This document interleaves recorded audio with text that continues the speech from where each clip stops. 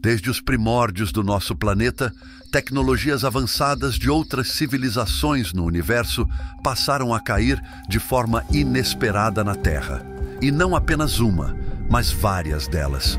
Aproveitando isso, cientistas, além de descobrir que essas tecnologias pertenciam a seres mais desenvolvidos, passaram a tentar algo inesperado. O trabalho deles não era só encobrir e silenciar pessoas. Também tinha a ver com avanços tecnológicos. Essas naves são recolhidas, levadas para várias bases da Força Aérea e laboratórios científicos, onde são estudadas intensamente para descobrir exatamente o que podemos entender sobre seu funcionamento. Examinar os materiais recuperados para ganhar uma vantagem militar para os Estados Unidos sobre o resto do mundo. O motivo por trás dessas quedas estaria no fato de que algumas dessas civilizações protegem a vida presente aqui de forças hostis que contrariam elas e querem dominar o planeta.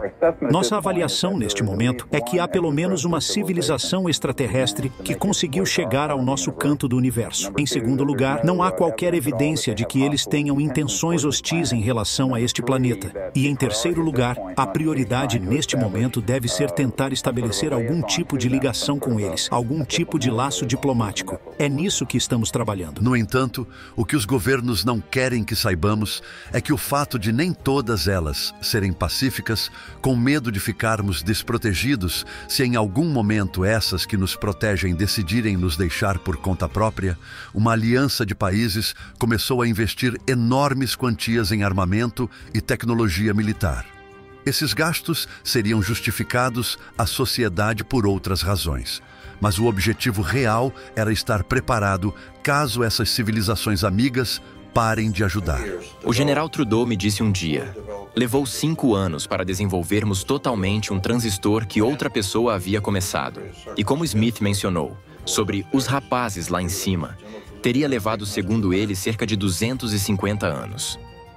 Vendo isso, uma dessas civilizações boas chegou a oferecer o segredo da tecnologia que permite viagens interestelares em troca de um comportamento menos agressivo. Porque extraíam energia desse campo de fluxo quântico, utilizando física extremamente avançada. Isso porque, com hostilidade e o tratamento a seres e qualquer nave que cai como uma ameaça, estaríamos seguindo o rumo de mais uma civilização hostil evoluindo na galáxia, repetindo o caminho destrutivo das civilizações que eles tentam evitar a todo custo. Eles podem ter matado acidentalmente o alienígena enquanto faziam algum exame sem querer. Agora a questão é, a humanidade está mudando?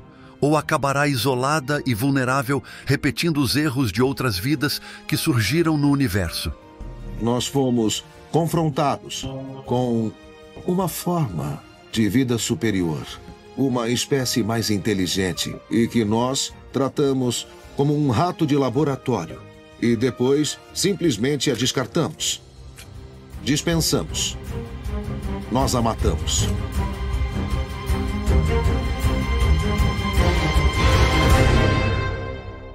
Quando mencionamos civilizações inteligentes além da nossa, o caso Roswell se torna uma referência inevitável. Aquele evento de 1947, amplamente discutido e envolto em mistério, marcou o início de uma série de relatos sobre possíveis encontros com seres extraterrestres e avistamentos de objetos voadores não identificados. Embora existam inúmeras controvérsias e teorias em torno do que realmente aconteceu, essa data plantou a ideia de que não estamos sozinhos no universo.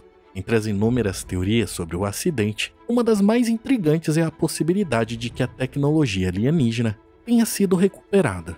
Neles incluiriam materiais muito avançados para a época, contendo princípios de funcionamento que até então não eram compreendidos pela humanidade. Com o passar dos anos, algumas pessoas sugeriram que avanços tecnológicos significativos, como o desenvolvimento do microchip, fibra ótica e sistemas de propulsão, podem ter tido suas raízes em uma engenharia reversa aplicada a esses artefatos, nos colocando como meros oportunistas de uma tecnologia acidentada, atribuindo nossas conquistas a algo que foi originalmente desenvolvida por outras civilizações em estrelas distantes. Essa ideia ao longo do tempo vem sendo reforçada por supostos vazamentos de informações confidenciais e depoimentos de ex-funcionários de programas secretos. Fomos obrigados a criar uma indústria permanente de armamentos de proporções vastas. A influência total econômica, política e até espiritual é sentida em todas as cidades, em cada estado, em cada sede do governo estadual, em todos os escritórios do governo federal. Reconhecemos a necessidade imperativa desse desenvolvimento, mas não devemos deixar de compreender suas graves implicações. Independente de se acreditar ou não nessa hipótese, o caso Roswell continua a levantar questões profundas sobre o nosso papel no cosmos. Entre elas, se somos realmente tão avançados quanto pensamos, ou se estamos apenas começando a descobrir o que já foi descoberto por outras civilizações. O general Trudeau me disse um dia: levou 5 anos para desenvolvermos totalmente um transistor que outra pessoa havia começado. E o circuito integrado, se não tivéssemos a ajuda como Albert disse que fomos ajudados, e como Smith mencionou, sobre os rapazes lá em cima, teria levado, segundo ele, cerca de 250 anos. Um suposto evento que teria chamado mais atenção envolve Jimmy Carter, presidente dos Estados Unidos em 1977, conhecido por seu interesse declarado em OVNIs. Antes de se tornar presidente, ele relatou ter testemunhado um OVNI em 1969 e que, por causa disso, durante sua campanha presidencial em 1976, prometeu liberar todas as informações governamentais sobre OVNIs caso fosse eleito, desde que isso não comprometesse a segurança nacional. No entanto, após assumir a presidência, ele pareceu recuar de sua promessa, e surgiram especulações de que ele foi informado pela CIA e outros órgãos de inteligência de algo tão perturbador que o levou a reconsiderar a liberação de documentos confidenciais, a ponto de ter chorado após receber informações sobre o que o governo sabe através da CIA. Alguns sugerem que ele teria recebido informações sobre a presença extraterrestre na Terra ou sobre tecnologias alienígenas. Até hoje, não sabemos o que eles escondem. No entanto, desde aquela época até hoje, funcionários do alto escalão que trabalharam ou trabalham diretamente nesses casos têm relatado cada vez mais o que acontece por trás de tudo isso. Um dos casos que foi discutido aqui no ano passado, que até hoje é lembrado no Reddit, um desses supostos funcionários alega ter trabalhado por anos com corpos acidentados e que incrivelmente deu detalhes sobre sua fisiologia e a estranha semelhança com nós humanos em nível celular, mas com algumas mudanças e evoluções. A pele cinza, que é frequentemente descrita no folclore, é de fato um filme biosintético que provavelmente serve para protegê-los de um ambiente hostil. Não fornece proteção eficaz contra mudanças de temperatura, mas oferece proteção adequada contra a passagem de líquidos. É possível que este filme lhe ofereça outras vantagens, mas meu conhecimento sobre o assunto é limitado. Sob o filme cinza, a epiderme é bastante branca, e a textura é muito regular e sem pelos. Não vemos nenhum defeito além das dobras próximas às articulações. É descrito como gorduroso em um relatório, mas isso não é algo que eu observei. O ouvido externo não tem orelha como os humanos, mas o canal auditivo é normal. O ouvido interno é semelhante ao humano, mas a parte interna da orelha é mais curva, o que aumenta a audição para sons de baixa frequência. Eu ouvi relatos de que eles estavam colhendo sangue e fazendo exames. Eles podem ter matado acidentalmente o alienígena enquanto faziam algum exame sem querer. O link para essa publicação completa está na descrição. Uma das coisas que descobri foi que o diretor da CIA não estava mentindo quando nos comunicou que não tinha acesso a esses projetos. Ele ficou profundamente abalado. Nos reunimos por quase 3 horas, e não apenas 20 minutos. No final, minhas mãos tremiam enquanto entregava a ele um documento. Era um artigo de posição recomendando ordens executivas e ações que a administração Clinton deveria tomar para assumir o controle dessa situação. Ele olhou para o documento e depois para mim, e disse: "Sim, mas como podemos divulgar algo ao qual também não temos acesso?" O mais estranho na época foi como este usuário foi deletado da plataforma através do sistema administrativo da própria rede social, minutos depois de ter publicado o texto enquanto respondia todas as questões envolvendo o caso nos comentários. Como essa rede é conhecida por receber vazamentos de coisas sigilosas do governo americano, sabemos que governos e autoridades também têm acesso a ela em situações específicas, como investigações ou questões de segurança nacional. A exclusão rápida de um usuário pode indicar uma situação em que o conteúdo publicado foi considerado perigoso ou confidencial, levando a uma resposta imediata para evitar a sua disseminação, o que nesse caso não deu muito certo. Além desses vazamentos, existem muitos outros que se mantiveram classificados por décadas, entre eles, até alguns envolvendo sinais de estrelas distantes que estaríamos tentando decodificar. Houve um relato recebido certa vez de que a NSA captava sinais vindos do espaço. E esses sinais não eram apenas ruído espacial ou algo confuso e ilegível. Pelo contrário, eram incrivelmente perfeitos, indicando que pareciam ser guiados como se contivessem uma mensagem real. No entanto, nunca foi possível decodificar essa mensagem. Era algo muito coordenado, sem parecer ruído, interferência ou algo aleatório. Havia um padrão claro nos sinais. A avaliação inicial sugeriu que poderiam ter origem no espaço exterior, possivelmente enviados por alguma forma de inteligência. Esse relatório foi levado até a Casa Branca, pois eu tinha as credenciais necessárias da NSA para acessar esse tipo de informação. Simon Holland, uma figura frequente mencionada em discussões sobre inteligência extraterrestre, trouxe à tona uma alegação intrigante de que não apenas uma, mas 5 estrelas estariam emitindo sinais considerados suspeitos, sugerindo uma possível tentativa de comunicação dessas civilizações. Segundo ele, essas estrelas têm sido monitoradas por autoridades há anos, afirmando que a aprovação do telescópio James Webb e outros instrumentos que possuem a capacidade de estudar planetas fora do sistema solar tiveram sua aprovação facilitada justamente para observar essas estrelas específicas. Holland afirma que esses sinais já foram detectados e que o monitoramento é contínuo, mas as informações estão sendo retidas por algumas pessoas e continua insistindo que há algo a ser revelado. Nós vivemos em tempos interessantes. Tenho vivido em tempos muito interessantes, pesquisando se encontramos um alienígena extraterrestre ou assinatura biológica para vocês. E isso está me levando a uma fascinante toca de coelho, onde hoje posso revelar algo que não sabia, porque a comunidade científica não está lhe dizendo a verdade. Mas a explicação mais completa e assombrosa, que dá mais peso para essas histórias, vem do coronel Philip Corso, que na época do incidente de Roswell era oficial de inteligência do Exército e servia ao Conselho de Segurança Nacional do até então presidente Eisenhower. Após seus 21 anos de carreira, ele serviu como analista militar e disse ter visto pessoalmente os extraterrestres falecidos do caso Roswell, incluindo a nave acidentada em uma base aérea em 1947. Antes da recuperação, ele também disse ter visto esses objetos viajando a 6.400 km/h no radar. Durante seu tempo de serviço, nessas áreas de sigilo, ele também disse que era comum receber fragmentos de tecnologias extraterrestres de vários acidentes, e sua função era semear a indústria com essas tecnologias e que deveria alegar que eram materiais de fontes estrangeiras extraterrestres, ou seja, de outros países. O relato dele vai ainda mais longe, com detalhes do que realmente aconteceu naquele incidente.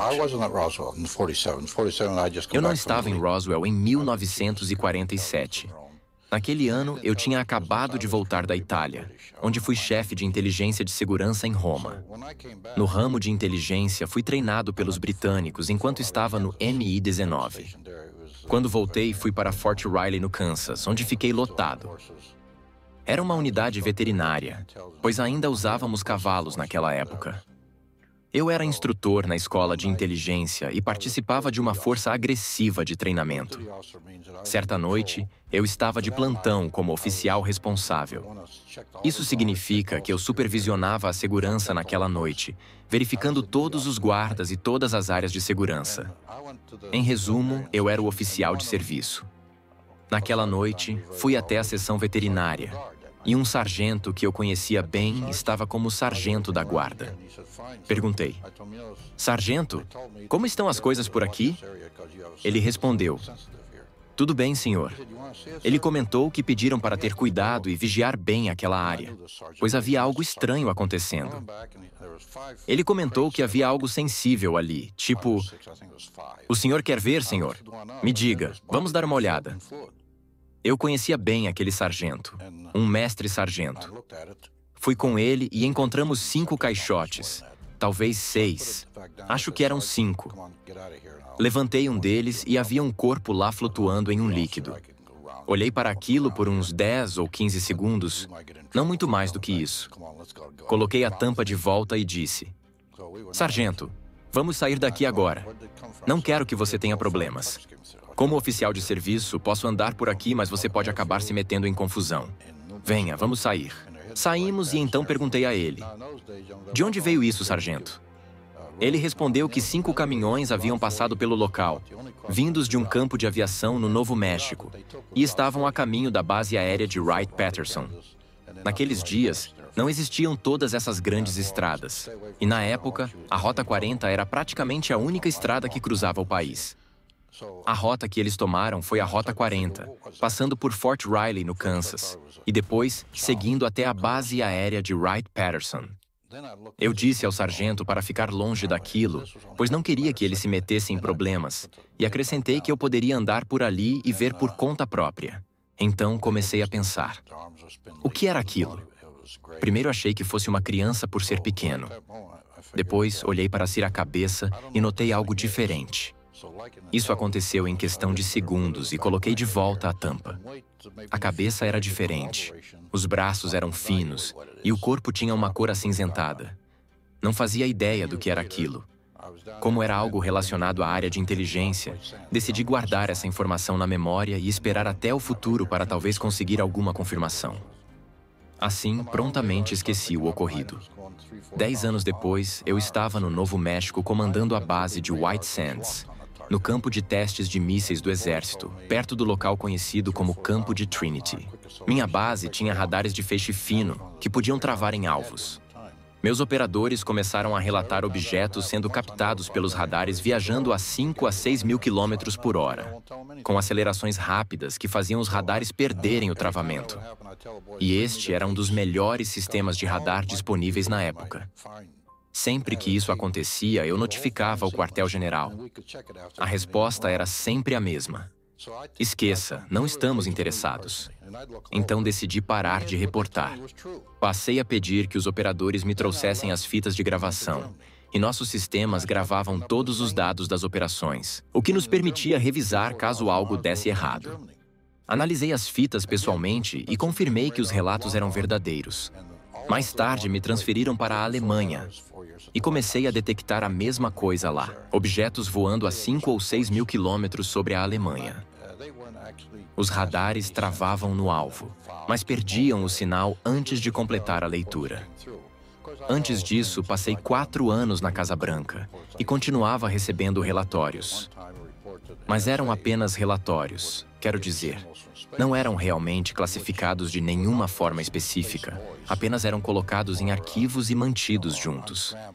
Eles apenas chegavam como relatórios. E claro, eu tinha todas as permissões necessárias, então recebia até relatórios codificados. Quando voltei, Trudeau me chamou e reorganizou a pesquisa e desenvolvimento, que antes era uma missão secundária de logística para uma unidade muito compacta, formada por cerca de 3 mil oficiais, realmente muito compacta. Fui o primeiro a reportar isso e me tornei assistente especial. Uma semana depois, ele criou a divisão de tecnologia estrangeira e me colocou no comando. Foi aí que comecei a receber os relatórios sobre quedas de objetos e artefatos. Naquela época, eu já havia me estabelecido e visitado o local. E quando cheguei à pesquisa e desenvolvimento, 14 anos depois, herdei todos esses artefatos e também os relatórios de autópsia do Hospital Walter Reed. O Walter Reed tinha um laboratório que era nosso, financiado por nós, e foi lá que as autópsias foram feitas. Mas não deixamos nenhuma cópia lá. Todas as cópias tinham que voltar para nós porque o laboratório era nosso, e nós financiávamos tudo. Foi então que comecei a ter uma indicação, uma prova de que realmente houve um acidente aqui. Claro, mantive isso em sigilo por 35 anos, pois tinha que preservar o segredo com o general, e não revelei os nomes das pessoas envolvidas, mesmo que ele tenha me criticado. Então, você manteve o segredo por 35 anos e nem contou para sua família? Me perguntaram. Eu pensei, por que eu deveria contar para alguém? O general me disse, Phil, vamos manter isso em segredo, e quando eu morrer eu vou te aliviar disso. Então, o extraterrestre é um pouco diferente. Ele é composto de células também, assim como os humanos. Mas essa estrutura tem um envoltório metálico, pois eles precisam sobreviver no espaço longe dos detritos espaciais que constantemente os atingem. Metallic surroundings, so they have to survive in space from debris in space, which keeps striking it constantly. It'll knock holes in it. Esses impactos podem fazer furos, então há uma força diferente ali que dura alguns anos a mais. É quase um tipo de estrutura biológica, porque a proporção extra se encaixa nela, mas feita com mais resistência. A resistência extra necessária. Lembre-se que esses clonadores que criaram essas coisas fizeram de uma maneira que se encaixasse no que eles queriam. A nave em si parece ser uma estrutura biológica devido à estrutura celular e atômica, mas foi toda criada com mais resistência, porque precisa resistir mais. Quando esse ser chega neste mundo, ele usará um traje colado à pele que encontramos. A pele dele é alinhado, e o traje também é alinhado. Isso é para repelir radiação e efeitos nocivos, e até mesmo a ação cósmica. Como ele não respira ar, os que chegam vivos neste mundo usarão um tipo de capacete. E como ele não fala, ele não tem cordas vocais. Ele tem algo que intensifica a transmissão, talvez para que ele possa se comunicar bem. And since he doesn't speak, he has no vocal cords, he will have something that intensifies a transmission that he maybe can communicate. A cabeça não é tão grande, mas em proporção ao corpo pequeno, parecia grande. 2 olhos, não havia nariz nem nada assim. Tinha pernas finas, e isso era basicamente tudo. Consegui colocar as mãos no relatório de autópsia em 1961, quando assumi o comando da Divisão de Tecnologia Estrangeira no Hospital Walter Reed, nosso próprio laboratório. Foi lá que comecei a juntar tudo.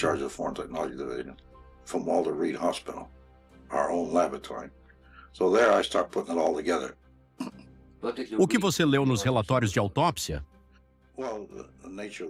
Bem, a natureza do corpo por dentro.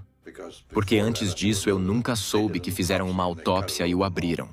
Abriram o cérebro e tudo mais, e o cérebro era diferente. E grande parte, ou a maior parte do corpo era diferente. Mas não tinha nariz, boca, nem ouvidos, nem cordas vocais, nem sistema digestivo, nem órgãos sexuais. Então chegamos à conclusão de que era um clone humanoide. E como eu disse, quando vi o corpo, não havia mais nada para investigar. Mais tarde, recebi os relatórios de autópsia feitos pelos especialistas, nossos próprios especialistas.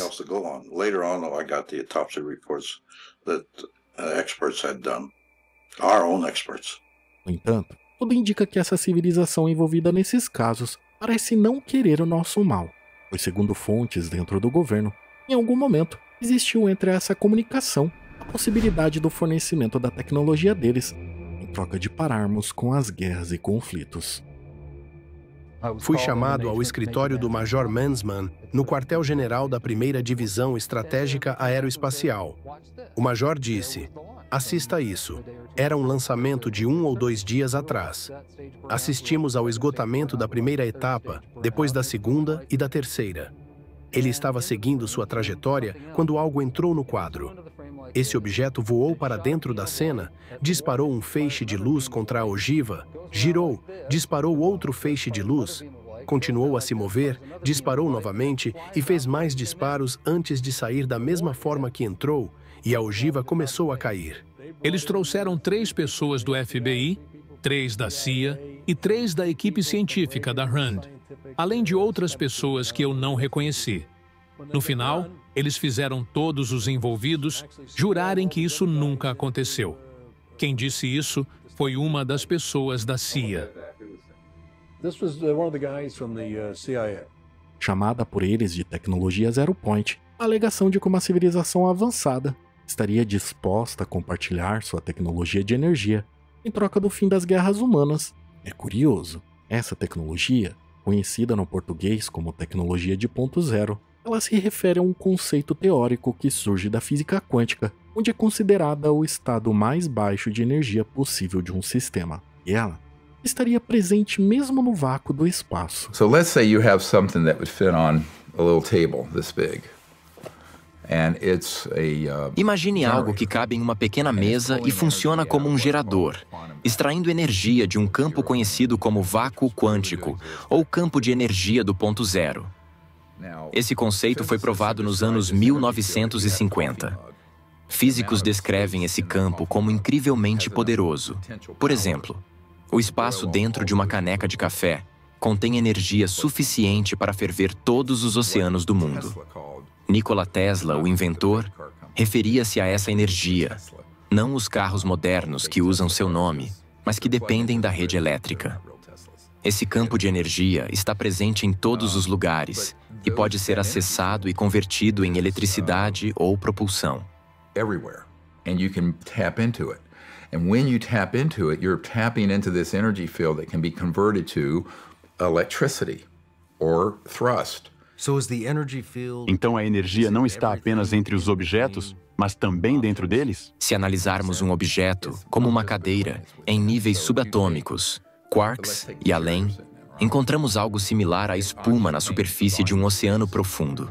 When you get past the molecular to the atomic level of this, and then subatomic, the quarks, you get this into this pluri. Toda a matéria está em fluxo constante nesse campo. Os primeiros OVNIs artificiais criados pela Lockheed eram chamados de flux liners porque extraíam energia desse campo de fluxo quântico, utilizando física extremamente avançada. Were called flux liners. Flux liners. Yep.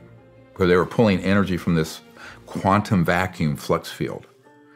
Very advanced physics. Cientistas já haviam cogitado a existência dessa forma de energia, antes mesmo de termos uma compreensão sólida da física moderna. Albert Einstein, juntamente com Otto Stern, explorou a ideia do movimento do ponto zero em 1913, enquanto estudava propriedades quânticas de moléculas. Mais tarde, no século XX, o conceito foi ampliado pela mecânica quântica, sugerindo que o vácuo do espaço não é verdadeiramente vazio, mas preenchido com flutuações energéticas constantes. Essa ideia também se conecta às teorias anteriores sobre o éter, uma substância hipotética que Einstein inicialmente considerou desnecessária em sua teoria da relatividade, mas que ele mais tarde reavaliou como uma possível explicação para propriedades do espaço. A energia do ponto zero é teoricamente limitada, o que a tornaria uma solução definitiva para os problemas energéticos da humanidade. No entanto, a ciência convencional ainda enfrenta desafios enormes para extrair essa energia de maneira prática, e muitos a consideram apenas uma possibilidade remota. No entanto, essas civilizações avançadas teriam dominado essa tecnologia, permitindo-lhes utilizar recursos energéticos imensuráveis sem depender de combustíveis fósseis ou outras fontes limitadas. A visão de Einstein de que não passarás da velocidade da luz levanta questões quando se olha para um buraco negro. O detalhe é que a gravidade é tão forte que nada pode escapar, mas há algo que sai de um buraco negro, e isso é a gravidade. Isso implica que a gravidade se move mais rápido que a velocidade da luz? Talvez. Não há absolutamente nenhuma dúvida de que Thomas Henry Murray tinha um sistema que produzia cerca de 50 kW em uma pequena caixa. O modelo convencional de eletrodinâmica não permite que isso aconteça. Em outras palavras, ele não permite que você extraia energia excedente do vácuo e a use para alimentar sua carga. Custa tanto restaurar essa energia quanto foi usado para destruí-la. Portanto, é necessário colocar mais energia do que se pode retirar da carga em um circuito tão peculiar. Esse é o único tipo de circuito que usamos em sistemas de energia desde o início. Ainda estamos construindo esses sistemas, ainda estamos criando sistemas de energia que deliberadamente os anulam. Hoje, não sabemos se a tecnologia que foi oferecida foi aceita ou não, mas o motivo dela não ter sido revelada Estaria bem claro. Essas ciências existem há décadas e têm sido implacavelmente mantidas em segredo devido à cleptocracia do que chamo de petrofascistas. Pessoas obstinadas em manter o poder de um sistema centralizado de petróleo, gás, carvão e dólar, o petrodólar. Isso cria escassez, pois é um jogo de soma zero. No entanto, quando nos afastamos desse sistema e adotamos um novo, é criada uma ordem macroeconômica completamente diferente, onde a escassez deixa de existir. A dúvida é se essa tecnologia é tão avançada, por que raios elas permitiriam que eles se acidentassem? O que estaria por trás disso? De vez em quando, algumas dessas aeronaves caem. Talvez inteligências não humanas malevolentes contra inteligências não humanas benevolentes pelo controle disso aqui? Desde a primeira vez que ficamos sabendo disso, nós fomos confrontados com uma forma de vida superior, uma espécie mais inteligente, e que nós tratamos como um rato de laboratório. E depois simplesmente a descartamos. Dispensamos. Nós a matamos.